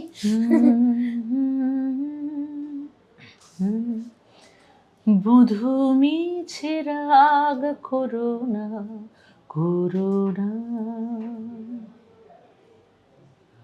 মম মন বুঝে দেখো, মনে মনে মনে রেখো, করো করুণা, বুধু মিছে রাগ করো না, এটা গিয়েছিলাম। আরও আমি চঞ্চল হয়ে গিয়েছিলাম, তুমি যে এসেছো মোর ভবনে গিয়েছিলাম। এছাড়া 9টা ছোট ছোট ছোট ছোট ছোট অভিনয়ের মধ্যে দিয়ে যে গান, সেরকম। বাহ। আর তুমি তো ফোক সংও গাও, হুম। তো সেটা কি কবে থেকে? 2016 সালে আমার প্রথম লোকগানের অ্যালবাম বেরোয়, ফোক লোক। এই গানের কিন্তু আমার কোনো প্রথাগত শিক্ষা নেই, এটা একেবারেই ভালোবাসার থেকে গাওয়া। লোপাদির প্রথম ছাতা ধরো অ্যালবামটা আমার ইন্সপিরেশন যদি বলিস। তার আগে আমি লোকগান শুনিনি এমনটা নয়, কিন্তু হ্যাঁ এইভাবে শুনিনি, এত গভীরে ঢুকে শুনিনি। এক একটা গানের এতগুলো ভার্সন শোনার জন্য যে ইচ্ছেটা আমার তৈরি হয়েছে এখন, সেটা অন্তত একদম শুরুতে ছিল না, কোনোদিনও গাইবো এটা ভাবিও নি। তো কোনো এককালে জয়দা, মানে জয় সরকার এবং দেবাশিস দা দুজনেই আমাকে বলেছিল যে জয়তি, মানে দেবাশিস দা বলেছিল তোর গলায় লোকগান ভালো হতে পারে, আমার মনে হয় ভালো হবে, ফোক ফ্লেভারটা ভালো হতে পারে। আর জয়দা বলেছিল জয়তি তুমি কখনো লোকগান ট্রাই করো, আমার ধারণা তোমার গলায় ভালো হবে। এই দুটো মাথায় ছিল, কিন্তু কখনোই খুব ভালোবেসে গাইবো এমন ভাবিনি। লোপাদির ছাতা ধরো শোনার পরে আমার মনে হলো যে না, লোপাদি এরমভাবে গাইছে মানে পুরো ওই যে একটা, মানে একটা রাস্টিক যে ব্যাপার, সেইটাকে বেশ খানিকটা নিজের মতন করে একটা আরবান ফোকের একটা ফ্লেভার রেখে গাইছে। সবসময় যে ফোক ওই রকমই হবে, যে একটা ভীষণ অদ্ভুত উচ্চারণ, প্রচণ্ড একটা চাঁচা, মানে ফেটে যাওয়া প্রায় গলা, এটার বাইরেও যে লোকগানের একটা চিত্র হতে পারে, একটা চরিত্র হতে পারে, সেইটা আমার প্রথম লোপাদির থেকে জানা। তো সেটার পরে খুব লোভ হলো, মনে হলো যে হ্যাঁ আমি গাইব, কিছু কিছু গান আমাকে খুব ছুঁয়ে যাচ্ছে। তো সেইটা করতে গিয়ে নানান গান শোনা শুরু হলো, করতে করতে করতে করতে ফাইনালি আশা অডিওর থেকে ফোক লোক বেরিয়েছে, রিলিজ করেছে। এরপরে আমি ফুল অ্যালবাম হয়তো করিনি, টুকটাক অনেকগুলো গান গেয়েছিলাম। যদি একটা গান বলো যেটা খুব সেটা হিট করেছিল। বনমালী তুমি পর জনমে হইও রাধা, বনমালী তুমি পর জনমে হইও রাধা। অন্য রকম লাগছে শুনতে গানটা। এই যে তুমি এত ধরনের গান গাও, রবীন্দ্রসঙ্গীত, ক্লাসিক্যাল, আধুনিক ক্লাসিক্যাল আমি গাইতে পারি না, পারফর্ম করার জন্য ক্লাসিক্যাল আমি একদম পারি না। প্র্যাকটিস মানে শিখেছো তো ছোটবেলা? হ্যাঁ, ওই যে বললাম মানে নাড়া বেঁধে শেখা, কিন্তু ডেফিনেটলি ক্লাসিক্যাল গানের জন্য যতটা সময়, রেয়াজ, নিষ্ঠা এবং সব কিছুকে বাদ দিয়ে এই গানের প্রতি যতটা মনোনিবেশ করা উচিত সেটা তো আমি করিনি। আমি তো নানান সাবজেক্ট গাইছি যেহেতু, এইটার জন্য আমি এটা নিজের জন্য গাই, আমার নিজের বেটারমেন্টের জন্য গাই, প্র্যাকটিস করি, অভ্যেস করি ইত্যাদি। রোজ কিন্তু- প্র্যাকটিস করো? রোজ হয়তো সবসময়, এই যে ধর আমাদের অনুষ্ঠানের সিজন যেটাকে আমরা বলি, সেই সময় যে রোজ আমি রেয়াজে বসতে পারি এমন নয়, তবে চলাফেরা করতে করতে রাস্তাঘাটে, ট্রেনে, বাসে ট্রামে তো উঠতে হয় না, যাই হোক এখন আর ওঠা হয় না, কিন্তু ট্রেনে বল, ফ্লাইটে বল, তানপুরা চালিয়ে একটা সেশন তো চলছেই, সেটা করতেই হয়, এটাই তো আমার কাজ। আমি কাজের জন্য যতটা পরিশ্রম সেটা যদি না করি তাহলে তো মুশকিল। তবে অনেক সময় এরকম হয়, ঠান্ডা লাগা এবং নানান অ্যালার্জি, নানান রকমের প্রবলেমের জন্য গলা এমন অবস্থা হয়ে থাকে যে রেয়াজ করাটা তখন অসুবিধে হয়ে যায়, গলা রেস্ট দিতে হয়, গান গাইতে না বলা হয় আমাদেরকে। তো সেরকমটাতেও চেষ্টা করি যাতে শুধু শুনতে পারি, যেন না গাই, এরকমও করি। তো তাই রোজ এত- বসি বললে মিথ্যে কথা বলা হবে। এত ধরনের গান গাও, তো তোমার কখনো অসুবিধে হয়নি যে না এক একটা গান তো এক এক রকমের তার? খুব ভালো প্রশ্ন এটা না। হ্যাঁ, অসুবিধে হয়।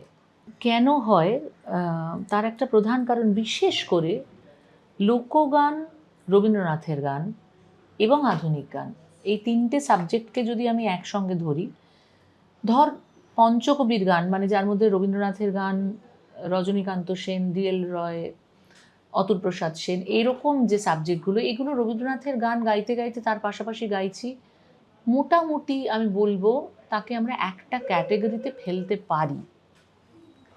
কিন্তু যেটাতে অসুবিধে হয়, লোকগানের থ্রোয়িংটাই ডিফারেন্ট, একদম ডিফারেন্ট। আধুনিক গানের ক্ষেত্রেও তাই, একদম ডিফারেন্ট। তো এই যে গলাকে ফেলা, এবং আমি বারবার বলছি যে এই ব্যাপারে আমি ভীষণ সিনসিয়ার, আমি যে কোনো গান যে কোনোভাবে গেয়ে ফেলছি, এটা আমি পারি না। সেই গানের ফ্লেভার যদি নষ্ট হয়ে যায় তাহলে সেই গান গাওয়ার কোনো মানে হয় না। তো সেই ফ্লেভারটা রাখতে গিয়ে আমার যখন হয়, আমি ধর একটা অনুষ্ঠানটা তো একটা জার্নি, একটা অনুষ্ঠান আমি 1.5 ঘন্টা গান করছি, তো সেটা একটা জার্নি। আমি শুরু করলাম একটা স্তোত্র পাঠ দিয়ে কি রবীন্দ্রনাথের গান দিয়ে, এবার ধর লোকগান ইত্যাদি নানান কিছু আধুনিক গান করতে করতে আমি যখন আবার রবীন্দ্রনাথের গানে ফিরছি,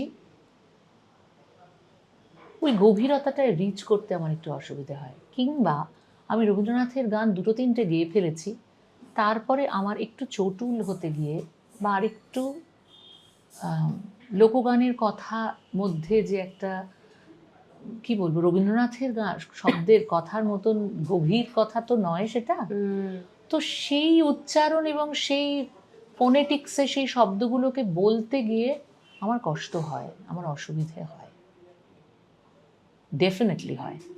এবং সেটাতে আমার কনসেন্ট্রেশন ভীষণ ঘেটে যায়, নষ্ট হয়ে যায়, এটা হয়। তখন যেটা করতে হয়, খুব বুদ্ধি করে এমন কিছু গান বাছতে হয়। আজকে যদি তুই এই সব গানের মাঝে হঠাৎ করে আমাকে বলিস তোমারও অসীমে প্রাণমনোলয় শোনাতে, কিংবা জীবন মরণের সীমানা ছাড়াই শোনাতে, আমাকে 2 মিনিট থামতে হবে। আমি কিন্তু বধূ মিছে রাগ করোনা গাইতে পারলাম, কিংবা ও যে মানে না মানা গাইতে পারবো, কেমন? তো আমি বোঝাতে চাইছি যে গভীরতা যেখানে স্পর্শ করছে সেই ধরনের গানগুলো গাওয়া তখন একটু মুশকিল হয়ে যায়। অন্তত আমার মনের ক্ষেত্রে একটা অদ্ভুত ওভারল্যাপিং চলতে থাকে। তো আমরা তো সবাই, আমাদের উচিত, আমরা তো গলা দিয়ে গান করি না, সবসময় গলা দিয়ে গান হয় না, গানটা মন দিয়ে করতে হয়, মন থেকে, আত্মা থেকে। তা না হলে সেই গান আমি যদি হৃদয়ে না দিই তাহলে আরেকজনের হৃদয় তো স্পর্শ করবে না। একদম একদম তাই। তো সেই হৃদয়ের জায়গাটাতে যদি খামতি থেকে যায়, সে গান শুধুই গাওয়া হয় টেকনিক্যালি, গান বলা হয় না, বা সেটা সঙ্গীত হয় না। একদম। আচ্ছা, এই রবীন্দ্রনাথের গান কি তোমার কখনো মনে হয় যে এই গানটা কি আরেকটু আধুনিক ভাবে করে ফেলি, মানে অনেক ক্ষেত্রেই তো চেঞ্জ দেখ হয়েছে। রবীন্দ্রনাথের মতন আধুনিক তো আর কেউ ছিলেন মোজার্ট, বলে আমার বেথুনের মনে মতো হয় না। করা হ্যাঁ, হয়। তাদের মিউজিককে কাটাছেঁড়া করার তো সাধ্য কারণ নেই, গোটা ব্রহ্মাণ্ডে কারণ নেই। রবীন্দ্রনাথের গান নিয়ে আমি জানি এই প্রশ্নটা তুই কেন করেছিস। রবীন্দ্রনাথের গান নিয়ে কাটাছেঁড়া এক্সপেরিমেন্ট কিছু কম হয় না, সারাক্ষণই সেটা হয়ে চলেছে। কিন্তু আমি মনে করি যে সেটার প্রয়োজনীয়তা নেই, অন্তত গান নিয়ে নেই, যেটা নিয়ে আহ, চলতে পারে, কাটাছেঁড়া বলবো কেন, এক্সপেরিমেন্ট বলতে পারি। সেটা হচ্ছে ওই যে আমি বললাম সার্বিকভাবে মিউজিক, যদি একটা গানের অ্যারেঞ্জমেন্টটাও সেই মিউজিকের একটা পার্ট হয়, তাহলে ডেফিনেটলি অ্যারেঞ্জমেন্টটাকে আমরা বদলের চেষ্টা করতেই পারি। আমরা যুগ অনুযায়ী রবীন্দ্রনাথের গানের কোনো বদল হয়নি, তার আধুনিকের জায়গাটা, আধুনিক থাকার জায়গাটা আজ অবধি চেঞ্জ হয়নি, আজ অবধি চেঞ্জ হয়নি, কখনোই হয়নি। একদম। এবং চির আধুনিক বললে যা বোঝায় রবীন্দ্রনাথ তাই, সব সময়ের জন্য। আজকে এত বছর পরে, ওনার মৃত্যুর এত বছর পরেও তার গান, উনি তো বারবার বলেছেন যে যতদিন বাঙালি জাতি থাকবে আমার গান থাকবে। তো সেই গানের জায়গাটা নিয়ে আমি কিন্তু কোনো কথা বলছি না। দেখ, যেমন দুর্গা প্রতিমা, আমি একটা ছোট্ট উদাহরণ দিই, আমি এটা সবসময় বলি, আমি নিজেকেও এটা বুঝিয়েছি। দুর্গা প্রতিমা, তার ত্রিনয়ন, তার 10টা হাত, তার তিনি সিংহ বাহিনী, এবং ছেলে মেয়েকে নিয়ে সঙ্গে করে আসছেন আমাদের কাছে। পুজোর সময় যখন আসেন, তার যে রূপটা আমরা দেখতে অভ্যস্ত, সেটাকে নানানভাবে সাজানো হয়। থিম পুজোতে বিভিন্নভাবে সাজানো হচ্ছে, বিভিন্নভাবে। সেগুলো সব সময়, এই যে ধর 10টা হাতের মধ্যে তুই 2টো হাত রাখলি, বাকিগুলো কেটে দিলি, যেগুলো কি খুব ভাল লাগছে আমাদের দেখতে? ভাল লাগছে না। কিন্তু মাকে কখনো ডাকের সাজে দেখছি, কখনো অন্য সাজে দেখছি, কখনো বাঁশের কারুকার্য দিয়ে তার পোশাক করা হচ্ছে, কখনো মাটি দিয়ে করা হচ্ছে।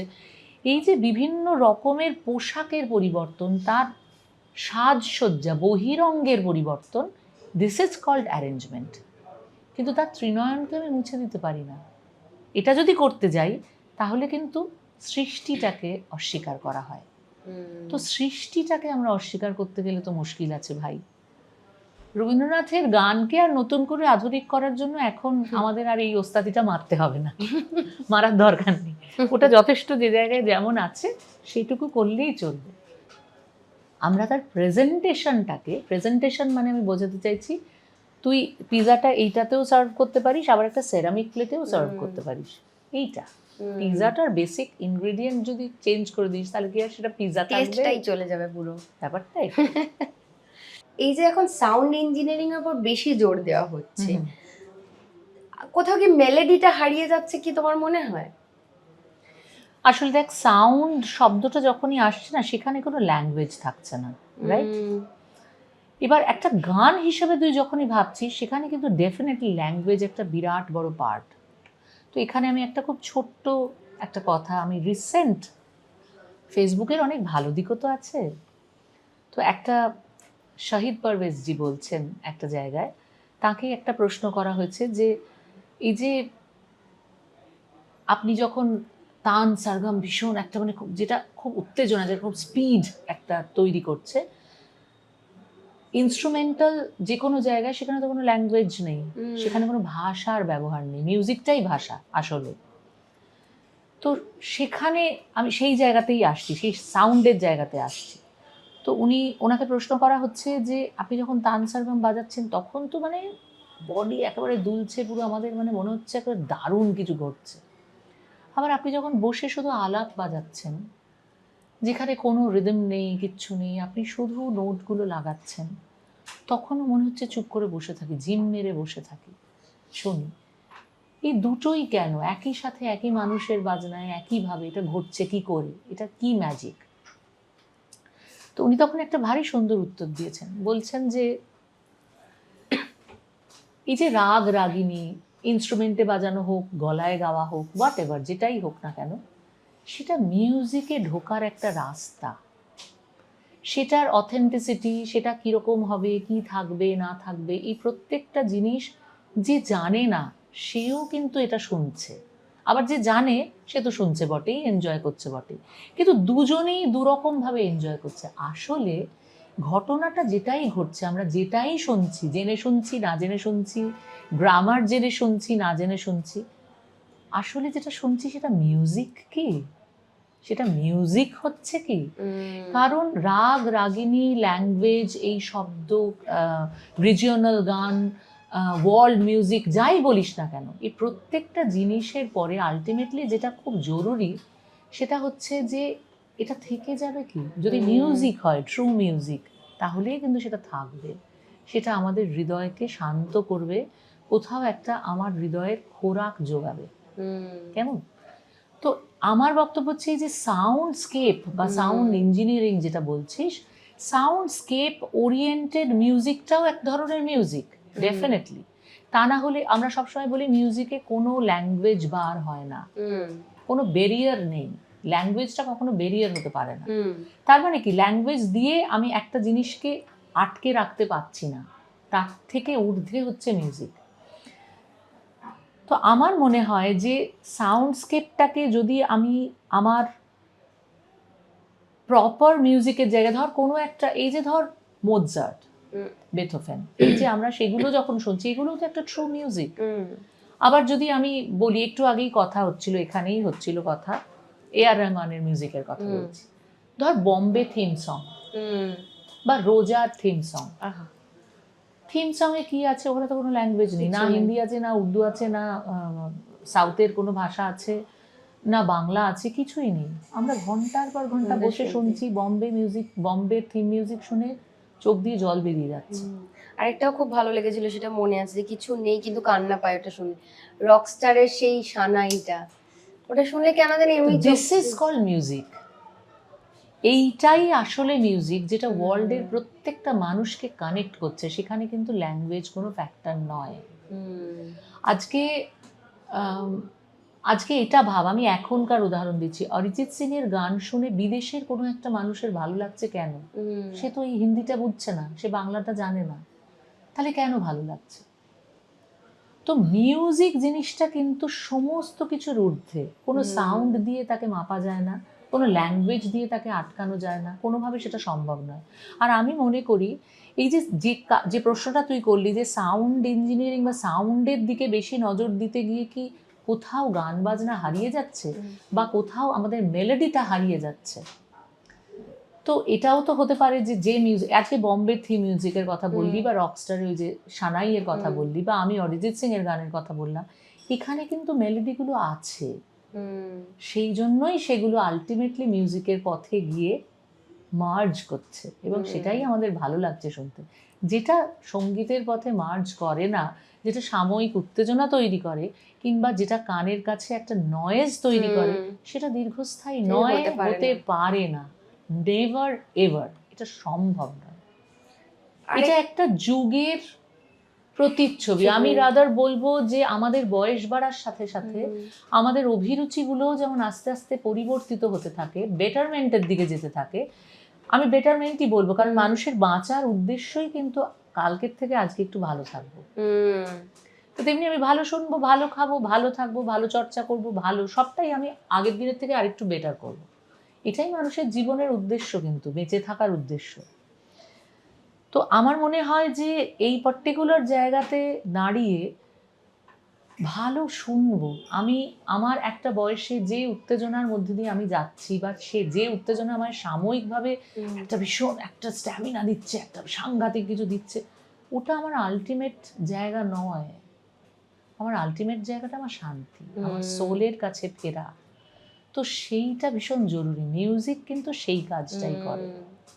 একদম। আবার উল্টো দিক থেকে এটাও ঠিক, মিউজিক কিন্তু বিপ্লবের কথাও বলে, ডেফিনেটলি। কিন্তু আমার বক্তব্য হচ্ছে যে টেকনিক্যাল সাউন্ড দিয়ে, টেকনিক্যাল জায়গা দিয়ে শুধুমাত্র মিউজিককে বিচার করলে হবে না। এই যে এআই চলছে, এর গলা করে দেওয়া যাচ্ছে, ওর গলায় গান তৈরি হয়ে যাচ্ছে, ইত্যাদি ইত্যাদি। আমি তোকে বলছি, শোন, হিউম্যান এরার যেখানে নেই সেখানে এআই এর অস্তিত্ব থাকতে পারে না, এটা লং টার্মে চলতে পারে না।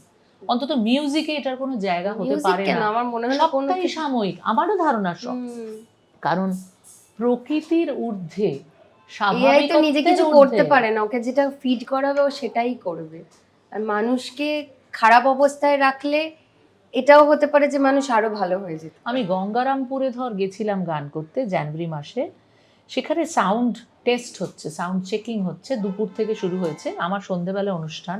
কিশোর কুমারের গান যেগুলো আমরা আমি যে কে তোমার তুমি তা বোঝে নাও, লতা মঙ্গেশকর কিশোর কুমার ডুয়েট, এই অরিজিনালগুলো না বেজে এগুলো সব বিভৎস এআই ভার্সন বাজিয়ে বাজিয়ে সাউন্ড চেক হচ্ছে। পাগল হয়ে গেলাম, মানে একদম হোটেলটার পাশেই হচ্ছে মাঠটা, সেখানে অনুষ্ঠান, বিরাট মাঠ। অথচ তারা, আমি না একটা সময় ভাবলাম আমাকে কেন নিয়ে গেছে ওখানে অনুষ্ঠান করাতে, যেখানে সাউন্ড ভয় করে না তখন এই জায়গাগুলো দেখে? হ্যাঁ, এবং কিন্তু বিশ্বাস করতে পারবি না, আমি মানে আমার এটা খুব আনন্দের জায়গা, গর্বের জায়গা, ভালোবাসার জায়গা থেকে আমি বলছি, আমি রাত্রি 9টায় স্টেজ পেয়েছিলাম। আমি যখন স্টেজে উঠেছি, যে কটা মানুষ ছিলেন তারা কিন্তু আমি যা গান গাই সেগুলোই শুনেছেন এবং শুনতে চেয়েছেন আমার কাছে সেই ধরনের গান। আমার পরে যে শিল্পী ছিলেন তার কাছেও একই গল্প, তারা কেউ কিন্তু ওই জগঝম্প জিনিস শুনতে চাননি। আমি জগঝম্প শব্দটা ব্যবহার করলাম খুব ডেলিবারেটলি, কারণ তার আগে এই যে এআই দিয়ে যে সাউন্ড চেক হচ্ছিল, আসলে কিন্তু এটা শোনার শ্রোতা ওখানে ছিল না। কিন্তু কেন সাউন্ড চেক হচ্ছে এটার লজিক আমি তোকে দিতে পারবো না। অন্য কিছু দিয়ে করলে কি অসুবিধে হতো এটা তো ভাই আমি জানি না, বলতে পারবো না।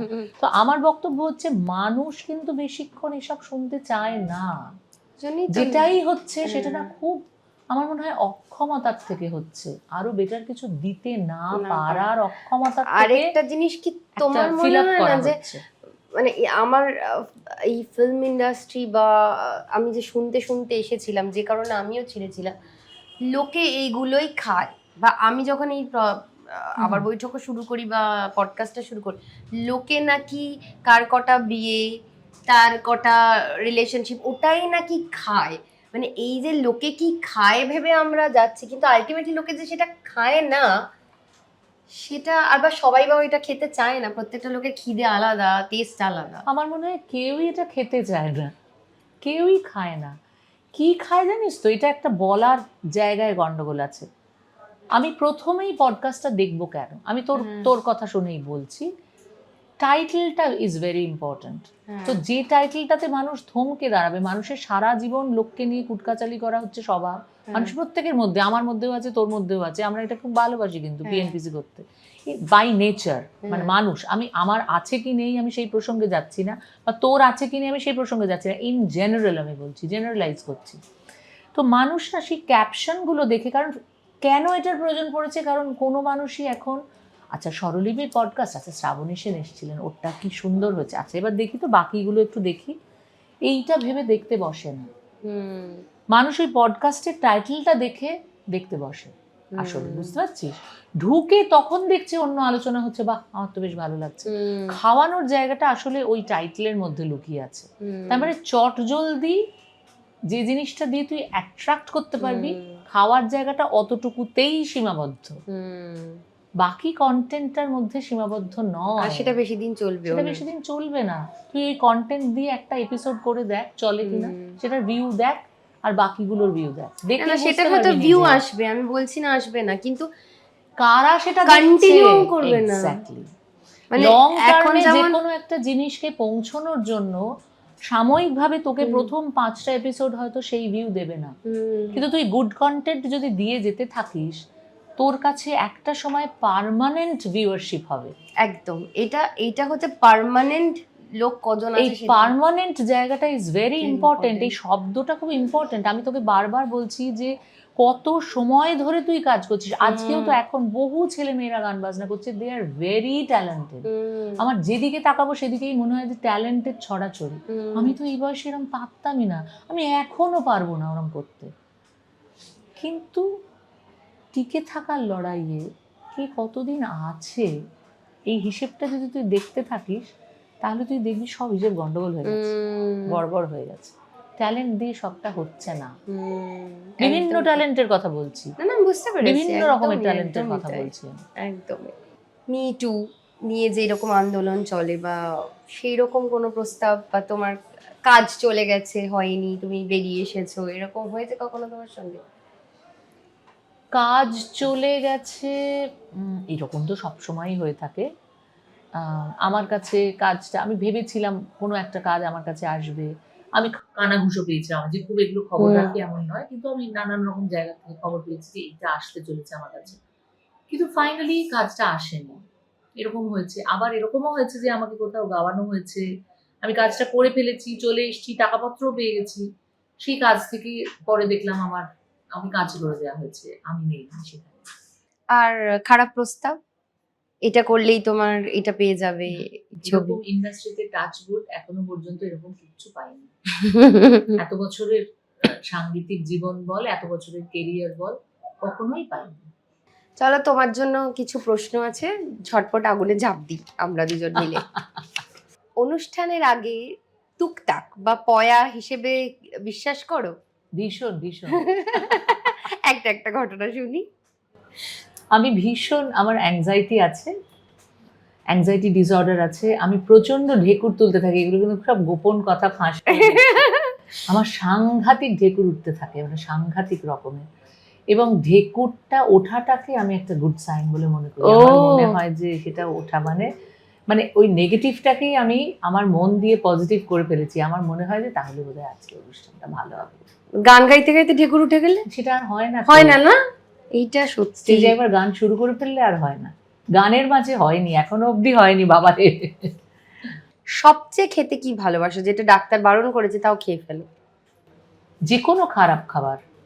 খারাপ খাবার মানে যেগুলো দারুণ খেতে, সেই প্রত্যেকটা খাবারই তো পৃথিবীতে আসলে খারাপ খাবার। হ্যাঁ, তো আমি চকলেট পেস্ট্রি খেতে প্রচন্ড ভালোবাসি, যেটা আমার একদমই খাওয়া উচিত নয়। আমি ভাজা ভুজি খেতে প্রচন্ড ভালোবাসি, যেটা আমার একদমই খাওয়া উচিত নয়। যেমন ফ্রেঞ্চ ফ্রাইজ, যেমন মানে যা হোক যা ভালো খেতে, কিন্তু আসলে খারাপ ময়দা পুরোই জীবন থেকে বাদ দেওয়া উচিত। আমার চেহারা, আমার গান বাজনা করতে গেলে যতটা সুস্থ থাকা দরকার সেই অনুযায়ী ভাবতে গেলে লুচি পরোটা অ্যাভয়েড করা উচিত। আমি পাগলের মতো লুচি এবং পরোটা ভালোবাসি, মানে আমি সব, মানে এটা তো পাক্কা বাঙালি আর কি, খাবার ছাড়া আমরা কিচ্ছু জানি না। বলিস না, মানে আমি তো বাঁচি খাবারের জন্য। যাই হোক, হোয়াটএভার। আচ্ছা, এরকম হয় না যে ছোটবেলায় ছেলেকে একটা নামে ডাকতে, সে বড় হয়ে গেছে কিন্তু সেই নামে ডাকলে খুব রেগে যায়, এরকম কোনো? একটা সময় অবধি রাগ করতো, এখন আর রাগ করে না। আমার ছেলেকে আমি কচো বলে ডাকি। কচো? এবং ওর খুব আপত্তি ছিল ছোটবেলায়, আর আমি ওকে খুব খেপাতাম, এই তুই যখন বড় হবি তোকে পাড়ায় সব রং খেলতে আসবে, এই কচোদা আছে কচোদা নাবো না ওপর থেকে। তো তখন মা কি হচ্ছে নাকি এসব। আমার শাশুড়ি মা ওকে খুব সুন্দর একটা নাম দিয়েছেন, এখনো ডাকেন, টিন বলে। ওটা একটা ভদ্র দূরস্থ নাম, এবং আমার মা ওকে বাপটু বলে ডাকতো, সেটাও একটা ভদ্র দূরস্থ নাম। কিন্তু অদ্ভুত ভাবে আমারই মুখে এই কচো নামটা, এখন ওকে পৃথিবীর সবাই কচো বলে ডাকে। যারা ভালো নামে ডাকে তারা আলাদা, কিন্তু এখন ও আর বললো কি আর করবো জীবনে, আমার এই নামটা আমার আইডেন্টিটি হয়ে গেছে, কিছু করার নেই। কিন্তু আমি ওটাতেই স্টিক করে আছি। আমিও বলেছি এটা, পুটুলি খুব একটা পছন্দ করে না ওকে পুটুলি বলে ডাকলে। আমি বলছি আমি তোকে এটা বলেই ডাকবো, কিচ্ছু করার নেই। বড় হবে পুটুলি দি ব্যাপারটা। আচ্ছা, তুমি তো একটু ট্রেডিশনাল ভালোবাসো, তো ট্রেডিশনালের বাইরে কি পোশাক ভালো লাগে? আমি লং স্কার্ট পরতে খুব ভালোবাসি। সেটা তো নিশ্চয়ই ট্র্যাডিশনাল নয়। না একদমই না। লং স্কার্ট পরতে খুব ভালোবাসি, লং কুর্তা দিয়ে। আচ্ছা, আমি ওয়েস্টার্ন পরতেও ভালোবাসি, কিন্তু লং দিয়ে, মানে ধর ট্রাউজার পরতে ভালোবাসি, একটু শাশুড়ির মতো মানে 3/4 প্যান্ট ভালোবাসি। লোকজনকে দয়া ঘৃণা করে আমি সেটা আর ভালোবাসি না। প্রিয় গানের পংক্তি, যেটা চিরকালই তোমার কাছে মনে হয় যে কিছু হলেই আমি এটা গিয়ে উঠবো?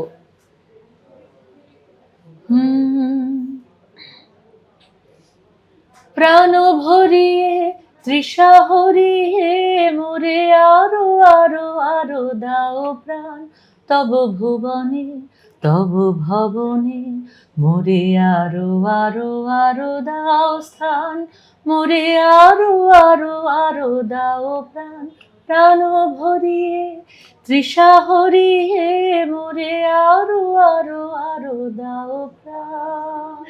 তোমার জন্য কিছু গিফট আছে, ঝটপট দিয়ে ফেলি। ডেজের তরফ থেকে 30% ডিসকাউন্ট ভাউচার আছে তোমার জন্য। ওরে বাবা, দুর্দান্ত। প্রতিক্ষণের তরফ থেকে 30% ডিসকাউন্ট ভাউচার, লাস্ট দাদার তরফ থেকে 30% ডিসকাউন্ট ভাউচার, আমার তরফ থেকে একটা 1000 টাকার ভাউচার। ওরে বাবা, আসছি দাঁড়া খুব তাড়াতাড়ি। হ্যাঁ, ও স্টোর Oh সেলিমপুর আর my বাঘা God. যতীনে চশমার দোকান, তার তরফ থেকে একটা 25% ডিসকাউন্ট ভাউচার। দুর্দান্ত। বি বনি স্যালনের তরফ থেকে একটা 500 টাকার অফ আছে ভাউচারে। ফাটাফাটি, হার্টারি গ্রিলস এর তরফ থেকে আছে, তুমি খেতে ভালোবাসো, প্রচন্ড। 750 টাকার একটা তার মধ্যে দেখ চেলো কাবাবের platter. Discount voucher. Thank you, thank you, thank you, ভীষণ মজা করলাম। আমার একটা লাস্ট প্রশ্ন দিয়ে অনেকক্ষণ ধরে জিজ্ঞেস করবো ভাবছিলাম যে তুমি তো আমাদের মন ভালো করো গান শুনে, বা গান শুনলে মন ভালো হয়, এবার তোমার তো এটা পেশা, তোমার মন কিসে ভালো হয় গান শোনার বাইরে? তুই যে এত সুন্দর একটা প্রশ্ন করে ফেলবি, সত্যি আমি এটা ভাবিনি। এটা খুব সত্যি, জানিস তো, আমার যখন মন খারাপ হয় আমার গান দিয়ে কিছু হয় না, মানে আমি গান গাইতে পারি না তখন। হ্যাঁ, আমি রান্না করি, রান্না করতে খুব ভালোবাসি, লোকজনকে খাওয়াতে ভালোবাসি, আর মেবি রান্না করলে বোধহয় আমার একটু মনটা হালকা হয়। মানে অ্যাকচুয়ালি তোমার রান্নাতে স্ট্রেস বাস্টার হিসেবে একদম একদম। অনেকে বলে, যেমন আমি একদম রান্না করতে পারি না, আমার হাত পা কাঁপতে থাকে রান্না। আমি ওই সময়টাতে আমার মনে হয় যে রান্না করলে আর গাছেদের সঙ্গে সময় কাটে, ও। খুব ভালো কাটে, খুব ভালো কাটে। বাহ, তাহলে তোমার পছন্দের গাছগুলোর জন্য আর আমাদের জন্য একটা ছোট্ট করে গান শোনো, দিয়ে আমরা আজকের অনুষ্ঠান এখানেই শেষ করবো। বুঝে মানে না মানা, বুঝে মানে না মানা, আঁখি ফিরাইলে বলে না না না, বুঝে মানে না মানা। যত বলি নাই রাতে মলিন হয়েছে বাতে, যত বলি নাই রাতে মলিন হয়েছে বাতে, মুখ পানেছে বলে না না না, বুঝে মানে না মানা। আমাদের এই পর্বের প্রশ্ন হলো আমাদের আজকের অতিথি জয়তিদি। জয়তিদি রাজ্য সঙ্গীত একাডেমির প্রতিযোগিতায় প্রাথমিক পর্যায়ে বাদ পড়েছিলেন, সেই সময় তিনি কোন ক্লাসে পড়তেন? জয়তিদি রাজ্য সঙ্গীত একাডেমির প্রতিযোগিতায় প্রাথমিক পর্যায়ে বাদ পড়েছিলেন, সেই সময় তিনি কোন ক্লাসে পড়তেন? ঝটপট উত্তরটি পাঠিয়ে দিন নিচে দেওয়া মেল আইডিতে। আর আমাদের অনুষ্ঠানটি ভালো লাগলে অবশ্যই শেয়ার করুন, সাবস্ক্রাইব করুন, আর নিচের হাইপ বাটনটি প্রেস করতে কিন্তু ভুলবেন না। ধন্যবাদ।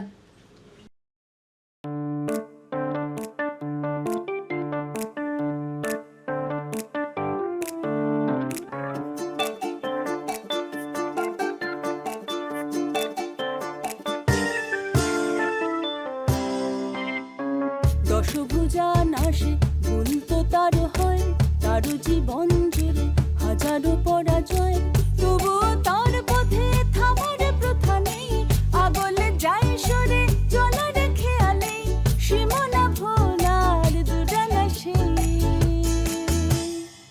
কপালে লেখা টেখা কিছু নেই, আছে যা তাকে বলে ধপ, কপালে লেখা টেখা কিছু নেই, আছে যা তাকে